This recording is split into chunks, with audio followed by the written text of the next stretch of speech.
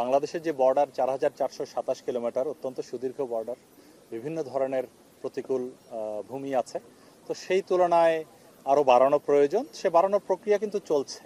কিছুদিন আগে আপনারা অনেকেই ছিলেন, উখিয়াতে একটা উখিয়া ব্যাটালিয়ন রেইজ হয়েছে, আরও বিভিন্ন জায়গায় আরও ব্যাটালিয়ন রেইজ করার প্রক্রিয়া চলছে, নতুন নতুন বিওপি বাড়ানো হচ্ছে এবং আমরা অচিরেই আরও প্রায় ৫,০০০ প্লাস মাইনাস একটি জনবল বৃদ্ধির আশ্বাস আমাদেরকে বর্তমান সরকার দিয়েছে, যেটা আমরা অচিরেই তার হয়তো রিক্রুটমেন্ট শুরু করে প্রশিক্ষণ শেষ করে যেন আমরা ইভেন সামনের বর্ডারের অন্যান্য সকল কাজ সহ আসন্ন পরবর্তী যে জাতীয় নির্বাচন হবে সেখানেও আমরা কাজে লাগাতে পারি।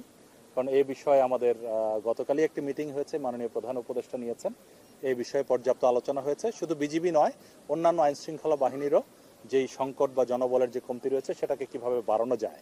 তবে জনবল বৃদ্ধি একটি সময় সাপেক্ষ এবং ব্যয়বহুল ব্যাপার, এটা আপনারা জানেন। সো আমাদের দেশের সমগ্র অর্থ ব্যয় তো একখানে করা যাবে না, বিভিন্ন ক্ষেত্রে করতে হবে। কাজে এটি একটি চলমান প্রক্রিয়া এবং ইনশাল্লাহ আমরা চেষ্টা করবো আরো বাড়াতে ভবিষ্যতে। ধন্যবাদ।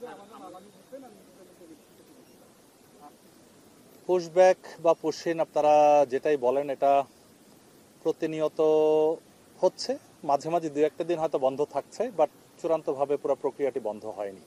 এই বিষয়ে আমরা আমাদের পক্ষ থেকে বিএসএফ এর কাছে করার প্রতিবাদ সবসময় দিচ্ছি এবং যেটা বলেছিলাম, নিয়ম মাফিকভাবে হ্যান্ডওভার করা। যদি আমাদের বাংলাদেশি কেউ অবৈধভাবে ভারতে গিয়ে থাকে, তাদেরকে কিছু কিছু জায়গায় বিএসএফকে আমরা বুঝিয়ে একটা নেগোশিয়েট করে মিটিংয়ের মাধ্যমে আমরা নিশ্চিত করেছি তারা আমাদেরকে অফিসিয়ালি হ্যান্ডওভার করছে কিছু কিছু জায়গায়। তবে সর্বক্ষেত্রে এটা সবাই ওরা শুনছে না, কিছু কিছু জায়গায় এই পুশব্যাক বা পুশিন এখনও চলছে। তো আমাদের এই বিএসএফকে বলার পাশাপাশি আমরা স্বরাষ্ট্র মন্ত্রণালয়ের মাধ্যমে আমাদের পররাষ্ট্র মন্ত্রণালয় বলেছি, পররাষ্ট্র মন্ত্রণালয় থেকে একাধিকবার ভারতীয় হাই কমিশনে লেখা হয়েছে, আমাদের বাংলাদেশি যে দূতাবাস রয়েছে ভারতে সেখানে লেখা হয়েছে এবং ভারতের দূতাবাসে যে হাই কমিশনার আছেন তার সাথেও আমি যোগাযোগ রাখছি। তো আমরা এটা প্রতিহত করার চেষ্টা করছি। তবে বেশিরভাগ ক্ষেত্রে যারা আসছে তাদের মধ্যেই বেশিরভাগই আমাদের বিভিন্ন ধরনের বাংলাদেশি যারা বিভিন্ন সময় ওখানে গিয়েছিল।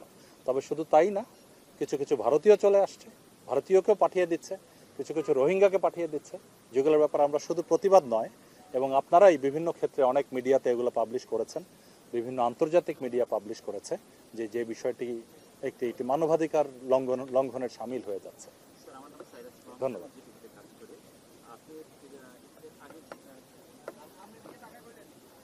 আচ্ছা, তো ধন্যবাদ আপনাদের এই সমসাময়িক গুরুত্বপূর্ণ প্রশ্নের জন্য।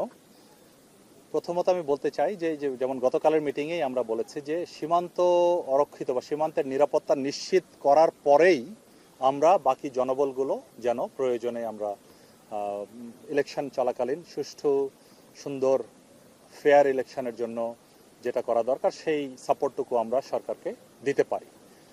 আর যে ট্রেনিংয়ের বিষয়টুকু আপনি প্রশ্ন করেছেন, সেই প্রশিক্ষণের এই মূলত সীমান্তবর্তী এলাকাসমূহে সীমান্তের 8 কিলোমিটারের মধ্যে যে সকল ভোট কেন্দ্র থাকে সেখানে স্ট্রাইক ফোর্স হিসাবে বিজিবির নিয়োজিত হওয়ার সম্ভাবনা রয়েছে। তবে ভবিষ্যতে এটা নির্বাচন কমিশন বা সরকার যেভাবে দায়িত্ব দিবে সেভাবে আমরা দায়িত্ব পালন করব। তো এই ব্যাপারে এই ধরনের কোনো নির্বাচন কেন্দ্রে বা ভোট কেন্দ্রে যদি বিশৃঙ্খলা সৃষ্টি হয় কিংবা জনজীবনের নিরাপত্তার হানি ঘটে, সেই জন্য শুধুমাত্র বিজিবি তো নয়, বিজিবির পাশাপাশি পুলিশ বাহিনী এবং আনসার, কোস্টগার্ড, সকল স্বরাষ্ট্র মন্ত্রণালয়ের অধীনে যেসব বাহিনী রয়েছে সকলকেই দায়িত্ব দেওয়া হয়েছে এবং এই সকলকে নিয়েই গতকাল এই মিটিংটি ছিল, যেটা মাননীয় প্রধান উপদেষ্টার সভাপতিত্বে স্বরাষ্ট্র উপদেষ্টা মহোদয় সহ এবং স্বরাষ্ট্র মন্ত্রণালয়ের সকল গুরুত্বপূর্ণ ব্যক্তিবর্গ সহ এই মিটিংটি হয়েছে। ধন্যবাদ। একটু শর্ট করতে হবে, বৃষ্টি চলে আসবে। হ্যাঁ, লাস্ট প্রশ্ন। জি জি, আমার নাম গাফফার খান চৌধুরী, আমি দৈনিক জায়জায়দিন পত্রিকা সিনিয়র। স্যার, সীমান্ত সড়ক নির্মাণ এবং কাঁটাতারের বেড়া নির্মাণের